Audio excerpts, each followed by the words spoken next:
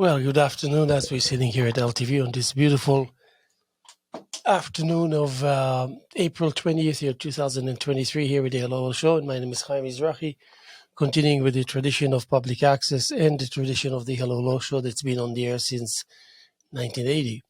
Of course, not to fail to mention the contribution by Fraser Dougherty, Francis Ann, and of course a huge group of the likes of you out there that make it your business to enhance and fortify the concept of public access. As it has been done, it is being done through the communities of the United States of America. With us, a wonderful individual, one of the wonderful, powerful ingredients that make this wonderful station of ours function and perform.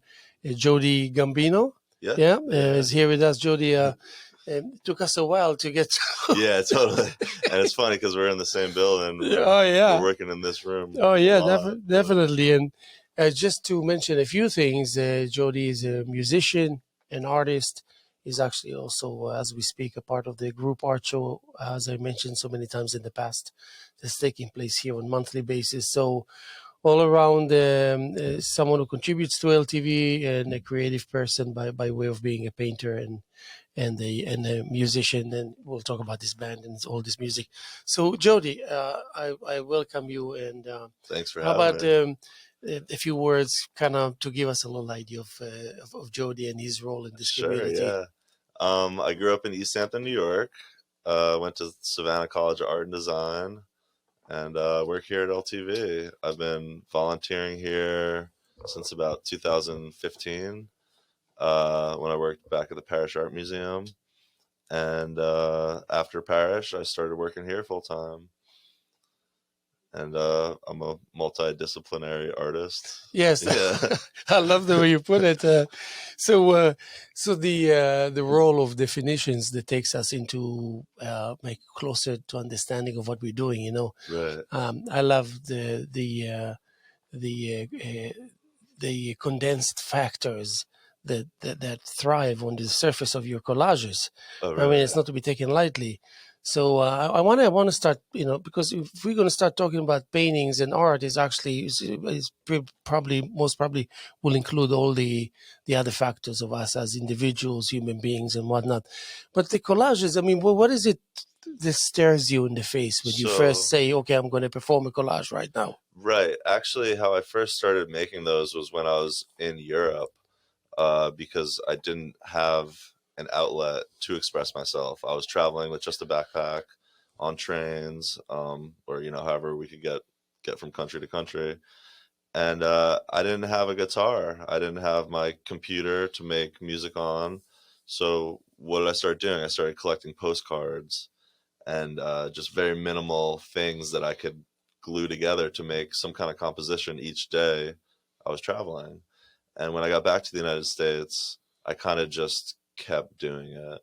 And they're pretty much like a journal of my life in a sense, as well as like a little bit of a commentary on like litter and pollution and stuff, like all the stuff you get every day that people hand to you. It's a task in itself to get rid of these things. It is. It's like, you got to be creative sometimes. Totally. So what does it mean in your day, in this day and age, in your day and age, to think outside the box? Think outside the box. I mean, I can tell you the conventional, traditional way of my age-related thought, but right. I wonder nowadays. Well, to think outside the box today, since everything's digital and everything's streamlined, a good way to think outside the box is to not do that. To have some analog equipment in your studio, to not use Photoshop for everything, to have some human error in there. It's where the happy accidents are. And so that's like a contradictory approach. I love that. Yeah. Like to spike the surface or something. Well, it's funny. Like I work in this field of video, and I'm really interested in virtual reality and stuff like that. But I'm not like a tech-minded person. So when it comes down to the technical aspects of things, that's where you are in the same token. That's where I get lost. I mean, I have to be in order to keep up with being in the industry and producing, and It's like you know enough to know enough. exactly. But if I was on my own, Yeah. it wouldn't be so pretty. I like telling stories more so. Hmm. Yeah. So speaking of going back to the obvious, going back to the manual aspect of you really need both your hands Right. to screw something before anything happens. And with the computers, obviously nowadays with all the verbal commands and whatnot. Right. I mean, it doesn't matter. I mean, I was just thinking. I had a conversation with my friend the other day, and I said, think 25 years from now, what is it going to be? Faster, more dangerous, Right. more exposure by way of speed. Well, what breakthrough in the world of art is going to take place, do you think? Like, well, what is it? What's going to be the next individual that will tell us, wow, I doubt it if there will be. Right. It will be like more of the same, enhanced and faster. Well, right now. So what is it exactly? Maybe everyone's on this AI trend of inputting stuff into a computer and seeing what the computer can make out of it. Have you done any of this? Yeah, but I mean, let's think. What does it mean on the surface, really? At its best. Well, I would say any art is a reflection of what's going on. No, the AI. I mean, if you were to think for a second, what is it? It's going to result in what exactly? What's going to stare us in the face? Not if sure, that's actually actualized, then how is it something aesthetically beautiful? That's the goal, I would say. But yeah, I think any type of art is just a reflection of what's going on in society, and with all the technology going on, it's obvious we'd lean towards AI as something to produce for us. Not really sure though. But is this out of need or out of just curiosity? Probably just curiosity, I'd say. And then it becomes need anyway. Yeah. Then it becomes the baseline of exactly what everyone builds on. The new point of reference. Yeah. I started making some AI stuff just for fun. And what can you give us an example? Well, we started a band not too long ago, and it's a made-up word. It's called Jothrosa. So you can interpret that any way you want. We were trying to figure out what that means. Jack and Rosa. It was actually the couple initials of all our names: Jody, Thomas, Roger, Sam. So Jothrosa. And I went to the AI to try to figure out what Jothrosa was. So I was typing in a band from ancient Egypt, or jamming on the Nile, or a tarantula with a boombox for a head in the desert, and I came up with all these really funny little clip art things. Yes. With Jothrosa as the title. Oh, I see the point that you're trying to. Okay. So is that in order for us to be more able in the future to do things on our own when we seek the help of AI? Isn't it so? Like, you know what I'm trying to say? I think that's the original goal. Yeah. But people seem to be using it however they want.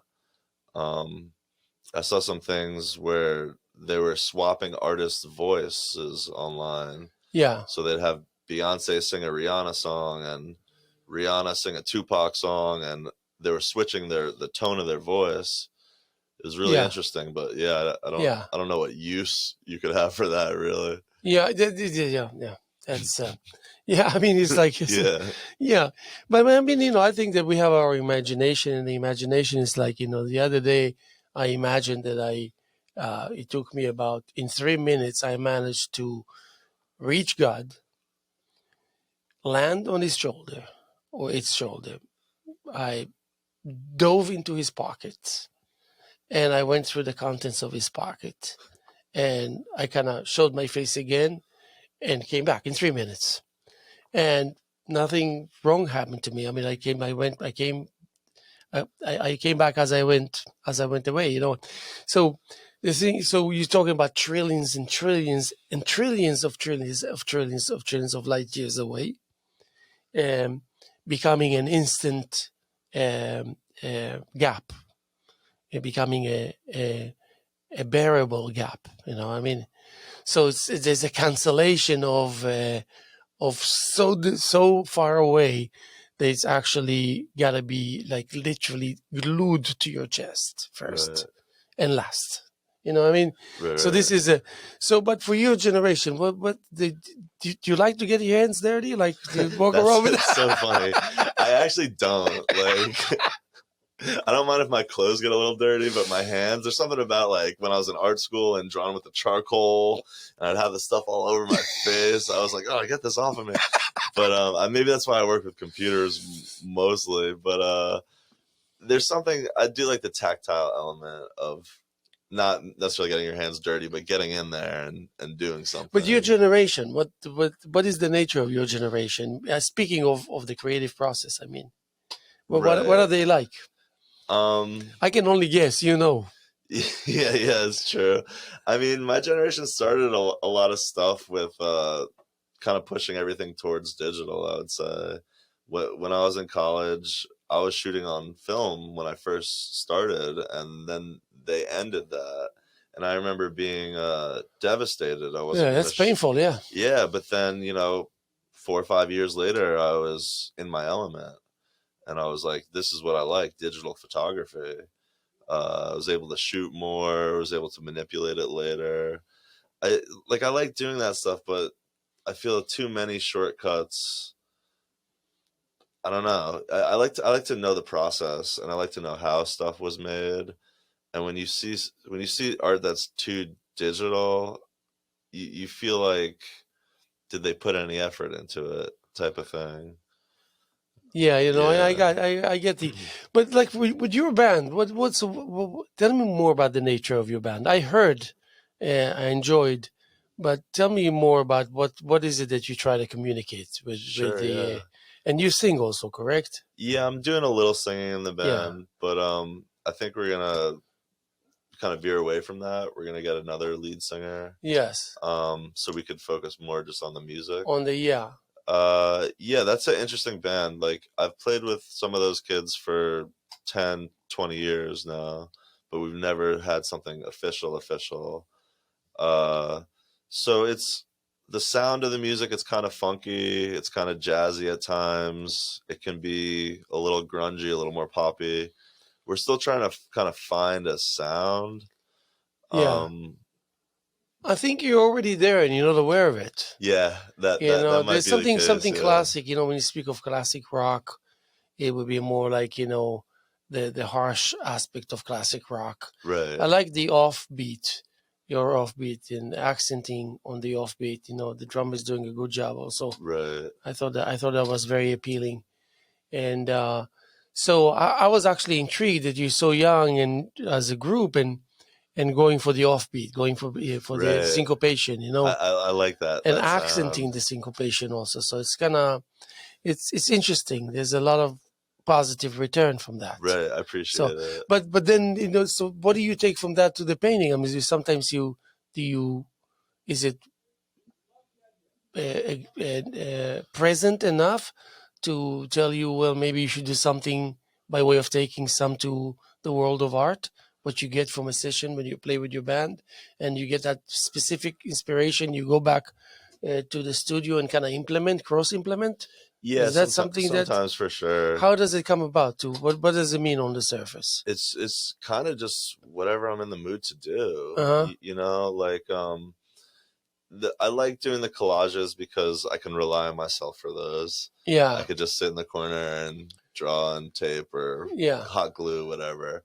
The band is more of a relationship.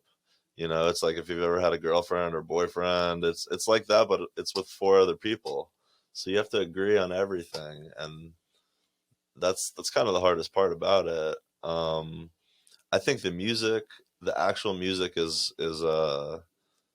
like the least important factor, because I know them. I know they're great musicians. Everyone. So you trust enough for that to come to in a way that will please you, that you will agree with. They're all way better at playing music than I am. I'll say that. But the thing is, what you want to do once you have that, what do you want to say? Yeah. As an artist, as a group, So do you manage to speak your piece? accurately or we're accordingly? we're still getting our bearings. Yeah. So yeah, we're brand new. You know, we decided recently as a group. You sounded pretty good for brand new, you know. But you know, it's like we're brand new under that name, but we've all played together in various. The recording other... here at LTV was one of their first, correct? That was our first. Yeah. That was your first. Yeah, yeah. Wow, it's our first show. Yeah. pretty good for a first show. It's good. Yeah. Yeah, yeah. I mean, I'm happy with it. Yeah. But yeah, we decided like about a week ago to focus on a record and not really play live shows. Yeah. So we're going to get our chops together by recording, hopefully. Okay. And putting something out, and then the shows will come after But you can that. perform as you are, correct? I mean, I'm sure could, easy. We could. It's just kind of a lot of effort to lug all the gear out and promote it, make posters, flyers, invite people. It's a big job. It's like, you know. Yeah, well, yeah. Life is a big job. Sure. But I'd rather put that effort towards something that will materialize, that you could pass around, that people could listen to, rather than an experience you go to see. You know, those are more fleeting, I feel, you know. Yeah. So the level of agreement when you play, that's pretty much a portrayal of a friendship, correct? Yeah. Like I would say with the members of the band. Totally. And are there any of them also artists, or? As far as like visual artists, I don't really think so, actually. I know they dabble a little bit, and they're interested in art, but no, the three members in the band, which is Thomas Price, Sam Houston on bass, and Roger Robertson, they're straight up musicians. Yeah. Like they can play jazz, they can play classical, they could remix on a computer. They're trained. Yes. Yeah, they're good. That's good. Yeah. That's good. Yeah, totally. That's good for you. Yeah, totally. Okay, so again, going back to a breakthrough, you know, I'm an artist, a full-time artist, not a full-time artist, a full-time artist. Yeah. That's who I am. But, you know, I always say, especially when you get to my age, and I started when I was like 38, you know, my first show. Okay. And I always said, I was upset for quite a while, you know, unnecessarily, until someone informed me that I'm wasting my time by worrying so much, because I'm actually doing okay. So enjoy what you're doing, see what's that, and just see how. And so I'm like a sniffing dog. Right. You know, I just want to see where I can find the smells, you know, and create interest, you know, and just march towards that direction. But at the end of the day, I want to say, I don't want to be like admiring myself at the end of the day, but I want to be able to say, you know, I gathered that much more, that much new, and I have that much of the combination of it to look forward to work with tomorrow. Right. So, but how does it work when you want to feel when you start as young as you are? Because I mean, I played drums when I was 14, 20, 25, 30, yeah. Right. But when it comes to art, I mean, you saw, and then you went to college. You did something about it, you know? Right. I've been on that track for a while. So where do you stand when it comes to be in relationship to wanting to break through as a given? Yeah, I mean that's kind of like you said, like the dog sniffing around. I feel like I've just been throwing shit against the wall and just seeing what sticks. And sometimes it does, you know. A big break would obviously be awesome, you know. Like if I had any type of money or anything, I would put that all into my artwork. I would make a movie or make an album. Are you able to notice something new when something new presents itself? Sort of. You know what I mean? You know what I'm saying? It's like something that's waiting for you behind the door. I mean, one thing my college was really good at was teaching me how to network. Yeah. So that's like one of my most fun pastimes, I would say, is going to parties or going out. If I have an invitation from a filmmaker that knows people or someone who you can tell important people are going to be there, I'll just crash it. I'll go, you know, and you never know what can come out of that type of stuff. Yeah, by all means. Yeah. So tell me, you were born here? I mean, you're like your family Yeah. is here. Tell me a little bit about your So just a touch. my mom's from the Bronx, and my dad's from Texas. My dad passed away when I was 18. Wow, sorry to hear that. Yeah, thank you. Yeah, my family's Italian. My mom was a teacher in Montauk her whole life, and she had a real appreciation for the arts. She wasn't an artist herself, and neither was my dad. My dad was a carpenter. But they instilled this in me somehow, and just made me just really want to express myself, you know. Yeah. And I took that and started getting educated about it, and now I want to pursue a career that way. Yeah, no, I love it. I love it. It makes sense. So let me just mention we're sitting here with Jody Gambino on the 20th day of April, year 2023, on Wednesday afternoon. And so you're part of LTV now. I mean, do you have just a little more time? Yeah. Okay, totally. perfect. Wonderful. So do you? So now you're a part of public access. Yeah. Now, is that great or what? It's pretty cool. Yeah. It's pretty cool. Yeah. I mean, awesome. I've been at LTV since 1987. You know. Yeah, that's insane. That's a year. Yeah, year before me. Yes, I was like, I'm so ancient that I remember the times where Fraser Dougherty did nothing but cursing. Yeah. You know, using profanity left and right, and totally. He didn't care and cared. He cared so much that he didn't care. You know, right. That's how. So what does it spell to you being a part of public access? What is it that you're learning by becoming a part of it the way you are? I'm learning a lot about the technology. Like I said, you have to learn a little just to keep up. You learn so much here. We're becoming more of a tight-knit crew and a tight-knit team, day after day, week after week. Yeah, just kind of prioritizing what's important in town and what stories you want to tell is really cool to kind of think about when you're not here. You know, when you have free time, and when you say, besides the basic events we have to cover, you know, like basic meetings or events that are going on, when we get to do our own stuff, and like I like to make short documentaries.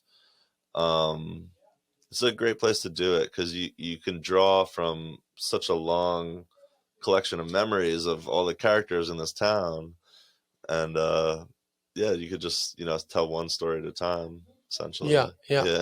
So do you think, I mean I can see you with your band really playing music that will have the character speaking of title, the character of this town, you know, that you will be able to hear influences from growing up here, and you know, the exposure to the change of seasons and the intensity of day trippers and visitors, and just the heritage behind the name Hamptons, and also just down to earth feeling. You know, I see that I see those ingredients floating in the contents of your future music.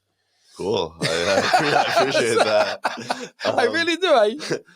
Yeah, we're not opposed to playing shows. I mean, it would be fun to play a few shows this summer. Not yet, you know, but you know, you're planting the seeds. And, yes, exactly. And it seems like there is something to look forward to.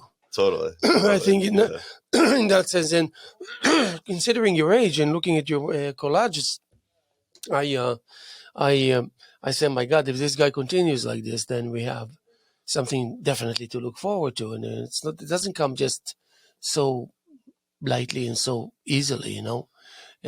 Sometimes we have a capability that other people need to work their lifetime to get to the doorstep of what we experience every day, when we take as a given. So I think it's kind of nice.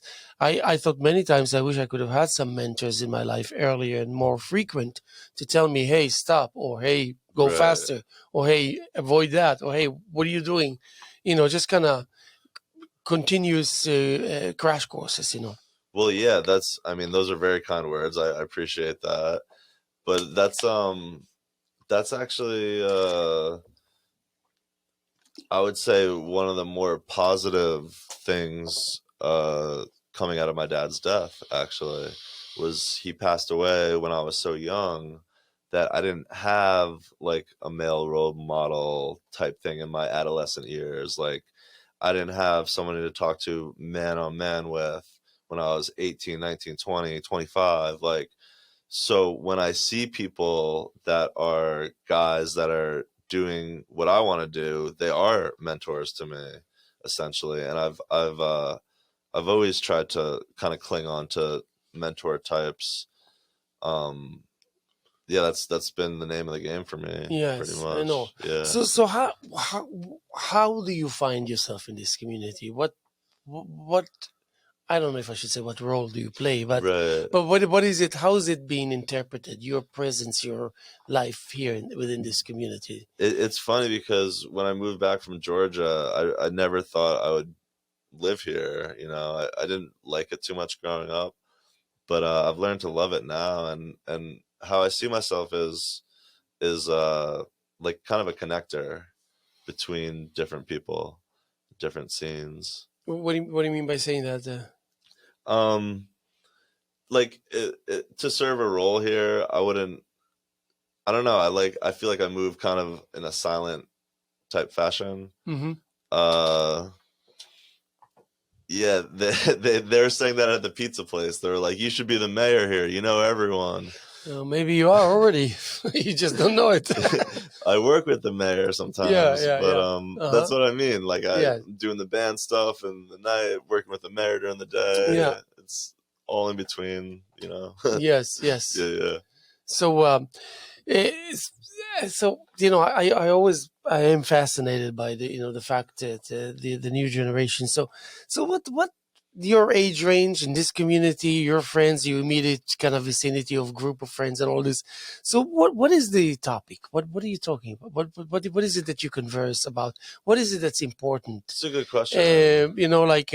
Yeah, I mean, you can meet, have a beer, smoke a joint, whatever, Right, right. but before that, during that, and after that, how does it come together? Because I can tell you, in my time, it was like, hey, new music came out every day, Right, jazz, rock, fusion, all this in my era, and right, right. all this wonderful music that America, Europe, this channel to Israel, we would like be like literally ceremonies with Right. every new vinyl record, and we'd sit and listen to it for about 15, 20, 40, 50, 67 times and dissect it and take Right, notes right, right. and get high and it's things like Right, that. right, right. But what is it now when it's everything's so easy, everything's like a click, So accessible, you a finger mean? click away, Right. the edges of the world. I mean, there's still some mystery and intrigue and stuff that really speaks to you, you know?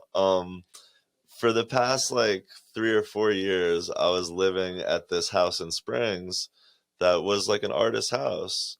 And we had a DJ live there and then a painter and myself. And we would pretty much just talk about art or being creative or trying to take it to the next step, the next level. With my musician friends, it's the same thing, you know. Uh, and believe it or not, vinyl's freaking huge Yeah. too. So we'll still do the same thing. We'll still Yes. Oh, yeah. It's listen to it's coming back, records and definitely. yeah, Oh yes, I remember when the Return to Forever was a big deal coming out of the United States in the late '70s, and just the album itself, which I still have it. It was just insane. We used to have like a dozen different heads that goes onto the needles. right. That whole thing. That was a ritual. We used to thrive just indulging and like drooling. Yeah, totally. Just like unbelievable trading, a lot of trading and all this. So a lot of it kind of experimenting in the same token, learning and all this. So when it comes to aspirations, how what kind of aspirations do you have when it comes? Obviously, because the state of the creative state, the state of being creative, is actually Mhm. something that is never silent. That's You know. true. Yeah. So how does it come about on the surface? And what kind of aspirations do you have when it comes to your I journey? want to finish a work in each type of medium, essentially. So that means I want to have an album. I want to make a movie. and I want to write a book. And if I can do that in my life, I feel like I've accomplished something. And if it's going to be like 27 movies and 53 albums and this, it's going to be that okay? would be cool, but I'm just focused on one right now. So what's the title of your book? Do you have an idea? The book would How be... about I'll come up with a title without even knowing? Let's see. Let's play a game here. Okay. It will be like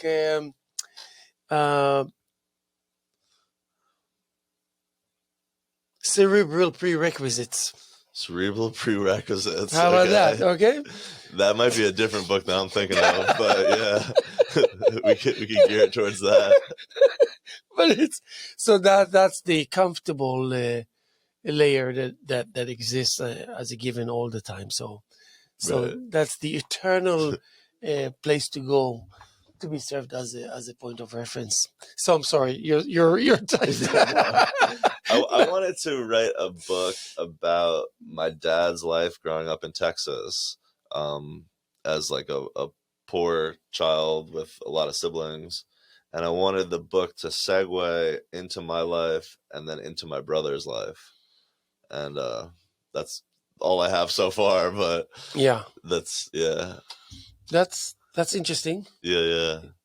My brother's really religious, and he's younger or younger. Yeah. He practices yoga. Okay. And does stuff along. He's Hindu, actually. I see. And I think it'd be interesting just to have my dad's kind of whole life as like a biography, and then go into my life as the firstborn son, but then end with my brother's kind of spiritual journey. Yes. Yeah. So it's really speaking about that which really resides parallel to all these strong things that happened, Right. and could have happened otherwise differently. Right. And that maybe you lost something but gained so many other things, and it's just kind of loop. Totally. Mother Nature serves you and tells you that it's actually not as bad as you think, even though it is bad. But Right. but at your day and age, there's very little suppression that's taking place. Right. I mean, you don't just like there are less traumas. Yeah. That in my days it was more like on daily basis your dad or your mom can say something or do something will traumatize you. Right. Nowadays the new generation is kind of more Everything's a little rugged. softer. Yeah. Yeah, but they're more rugged. They're more like you say something to them even terrible or awful, they don't even know it happened. Yeah. It's like, why is everyone upset? What just happened? They don't even know. I mean, talk to me a little bit about that kind of friction-free almost, but not obviously because there are other challenges and obstacles. But I mean, yeah, I feel like the Beatles song, like it's getting better all the time. Like I feel like every generation stuff is getting a lot better. And I feel like it's the best time to be alive for sure. It's more lucid, and there's less fear, and people have more rights altogether, I would say.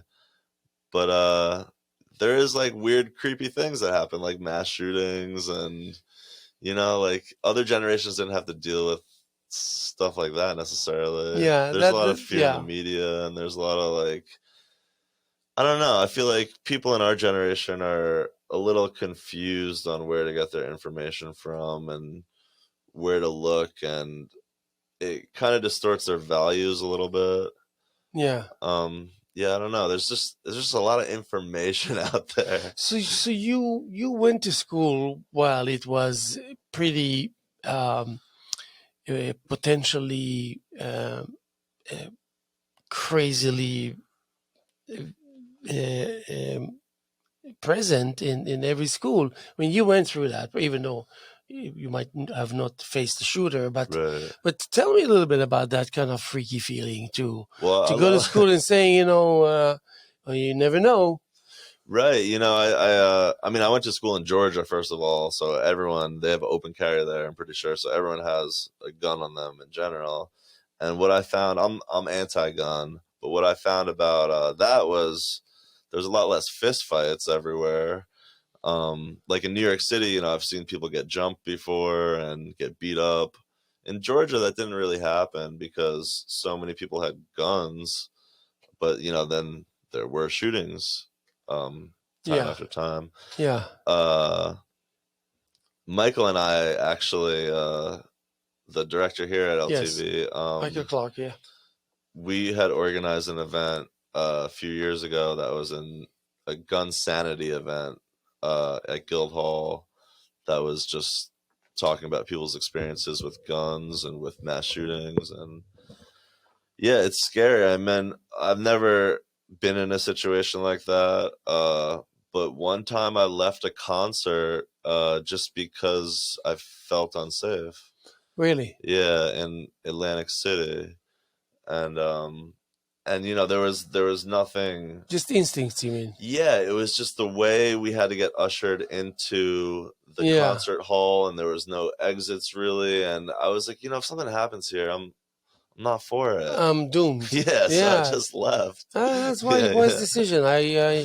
I grant you for that. But so what kind of a chat you have with friends then in when you have this kind of in the background, this kind of discussion, this kind of probability? Well, I mean, that stuff could happen everywhere, anywhere.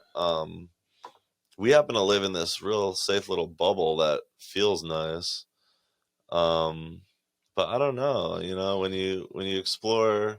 But I mean, you know, kids don't run in the street shooting people. It happens in schools. That's So true. that's Yeah. different. So it's Yeah. like there's an expectation that if anything going to happen, it's going to happen in the perimeter of school and people unleashing anger and making people pay with their lives and Right. things like that. So did it take form and shape by way of conducting conversations with your friends? Do you know someone who went through that, by the way, or someone who? Yeah, actually, my aunt and my cousin, they were in a Walmart in on the West Coast in Oregon, Yeah. and there was an active shooter in the Walmart, and they had to evacuate everyone. And that's the closest I've come to anything like that. But she came out and she spoke at me and Michael's event about how terrifying it was. And yeah, it just doesn't sound like anyone should live through that. Yeah, I mean, I find myself giving instructions to my daughter, and she goes to Right. Pearson's, and you know, and it's just like, Well, it's weird because like Yeah. I kind of grew up with it. Like when Columbine happened, I was in maybe 4th or 5th grade. And then, you know, Virginia Tech happened a few years later, and then they started doing lockdown drills in schools, but we were kind of getting, you know, out of high school by that point. But then my mom was still a teacher, so she would tell me, yeah, these lockdown drills are becoming regular. Yes, and and so, but you know, sometimes I just kind of I think like I know better, you know, and then when I give instructions to my daughter, Right. I give her a few tips that might save her life, you know. Right. But it's like I feel it's like so awkward, it's I so know, yeah. scary that we're talking about that I'm talking about, but with my daughter or saying, you know, this school bus is going, she can maybe never come back or something, you know. Right. Weird. It's like so. But what do you think there is proper help for the demeanor of the young generation going through that? Because obviously that I must don't be, know. if this would have been happening to me during my school years or high school years, I would be scarred from it. Right. Yes, We've become really desensitized to it. You can't even keep up with all the news of all the mass shootings. Yeah, it's a huge problem. So do you think that bullyism and things of that nature that we also took and still maybe take as a given Yeah. can really cause to the major amount of these incidents to happen? I think And absolutely. it's yeah. also a part of the culture almost to have bullyism Right. and maybe accept it as a given, even though you're trying to treat it or prevent it, you actually cannot help yourself but promote it Right. without knowing that you're doing it. Being the system itself, I mean, is sometimes too naive to understand that it promotes bullyism by trying to prevent bullyism. Right. You know, so things of this nature. You know, Yeah, it's interesting. but you won't be allowed to operate to say, well, take care of business if you can, if you're bullied. You know, like, you know, Right. it's like my friend used to tell me, there's nothing that a chair on your head will not solve. You know, Yeah. but then, you know, but then who wants to go to jail, even though you're right, and even though you're just an act of saving your life from someone who's trying to hurt you. Right. But this cannot be grasped, you know, Right. and brought into the equation of what's fair or not. But this reality grew under our noses. Yeah. Totally. Like, where did that come from? Yeah. Exactly. Even though we might have all the answers, but we have no answer at all. Yeah, it's true. No one has even a slight answer for that, I feel. And people just go back and forth every time there's another shooting. Yeah. It's just chatter. And Yes. that's about it. Yeah. It makes you want to move to a different country sometimes. I'll tell you, I was actually in Dubai when the Florida Parkland shooting happened. And it was just to see it on a different country's news station was just so bizarre. It was just like, in America, another shooting. When will they learn? And then it was just like another story. I was like, oh my God. They're like, yeah. They're talking about us. Yeah. It was so bizarre to see that. When will they learn? Yeah. I mean, if someone here says that, they will on the media to see when they were fired on the spot. Yeah, it'd be when will we learn? NRA outside protesting. Oh yes, it won't take even an hour, and you're disappeared or something. But I mean, you know, this. I think again, it's the demeanor. It doesn't matter what age range it is. You know, the demeanor that you grew up with, and point of reference that your parents offered to you and made you aware that is available. Code of conduct, values, you know, just basic stuff. Right. That when you bring enough of it together, it becomes very powerful in the life of your child, and you kind of saying they stand a good chance to prevail and to do the right thing, or not to do the wrong thing. Right. Which is not always doing the right thing, you know, just not doing the. But and then you know, it's like my mother used to tell me, as much as I can tell you that you're smart and you're beautiful, which you are, and to her kids. She never spared a moment to not tell us that. Right. And yes, I'm your mother, and of course I would say that, but I'm telling you because you're really smart and clever, but and beautiful. But if you're unlucky, I mean, you need a little bit of luck, no matter what. That's my mother. It's true, yeah. No matter what, a little bit of luck in order for that wisdom and beauty of yours to prevail and to allow you to live a hefty amount of years on this planet, you know. Right. So I always remember that. It's like, yes, of course I love you. I'm your mother, but if you're unlucky, it has nothing to do with my ability to fix things, you know. Totally. It's just. I've been pretty lucky in my life. So, yes. Yeah. That's good. I got to knock on some fake wood or some real wood. I'm doing that. Drum roll, please. Single stroke roll for you to protect us and chase away all the evil gods. Yes. So your relationship with your mom now, I mean, she's obviously retired, I assume, no? She is, yes. And so by way of having your mother being a teacher is an incredible thing to have in your life. Totally, yeah. She knows better what's good for you. Totally, yeah. Sometimes I'll go out to Montauk and I'll go to the bar and people say, your mom was my favorite teacher. It's really funny. Oh my God. All right. Yeah. That's intense. It is, yeah. Do they call her and tell her that you have to know good when you have to know good? No. Thank God, yeah. Oh boy, that's funny. So first of all, you know, I want to tell you and share with you that, you know, I think the world of you. You have great energy.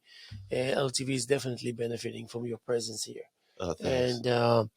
And again, every time I think of you, I feel the good vibes, you know. Oh, cool, yeah. Besides the fact that you're intelligent and talented, and you know, just all around very creative and very artistic, and that's what we need really in our society to maintain coherence, balance, common sense, Right. simplicity, Yeah. camaraderie, passion. I can go forever, man. Yeah. You want another title for your book? Sure. Yeah. How about um, um, the Something with patterns. with patterns? Yeah. Yeah.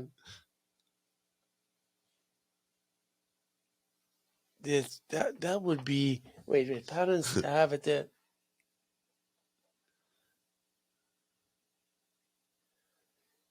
Pattern grind. Oh, nice. I like Huh? it. Yeah. Yeah. That's not bad at all. Yeah. You can Yeah, use that. yeah. You got it. That's sweet. Yeah. Good. That'd be like, that could be an album name right Very there. good. Yeah. So write it down for potential maybe album number 3. You know. Yeah. Yeah. Yeah. So build up to it. You know. Yeah. That's the whole idea. That. Yeah. Well, you know, whether you believe it or not, we burnt about 45 minutes did. easy, Okay, and good, yeah. that. So I. Do you want to maybe share with the people again about your band, the name, the nature of it, what to be expected? You know, what's your opportunity to? So we're in the band Jothrosa. I'm Jody Gambino. We got Roger Robertson, Thomas Price, Sam Houston on the bass. And yeah, I'm here at LTV. You can reach me here if anyone needs me. Yes, yes, definitely. And come and check the artwork. Some out of which is Jody's on display, and in that sense, yeah, okay. Well, first of all, I really appreciate it. Thank you very much. I'm going to kind of stay another 5 minutes and kind of give it a kick, but I really appreciate your help also with you know, with what we're doing here, and then again, anybody who wants to chat with Jody, it's just as or chat with anyone here, or get to know about public access. It's and you know, by the way, mention to people how easy it is to become a producer here. Oh, it's super easy. It's like people don't realize it. Yeah, you just come in, take a pretty straightforward class just to, you know, teach you about the equipment we have here, and the rest is yours. You know. So what is it entitling a person that has? That well, we have the podcast room, as you can see right here. We have a talk show set. We have a bigger studio you can rent for bigger, you know, live events like a play or a band or something. And we're gonna have a soundproofing studio upstairs as well. So between all those different kind of facets of studios, you could choose where you want to work, and it's very cost friendly as well. Yes, and most of it is free. To Yes. become a producer and do your show really hardly costs you anything here. And you can do your show about whatever you want. It's totally up to you. So, yeah, that's good. That's good. So yeah, well, you know what? I'm going to just conclude, and I'm going to say, okay, we're going to be here tomorrow as much as we were here yesterday, and as much as we're here this afternoon, April 20th, 2023, on a Thursday afternoon here at the Alolo Show. My name is Haim Mizrahi. Jody Gambino is here with us, and I thank him. And more to come, and keep up the good spirits. And hey, we know you're out there supporting, and we send you our love and appreciation.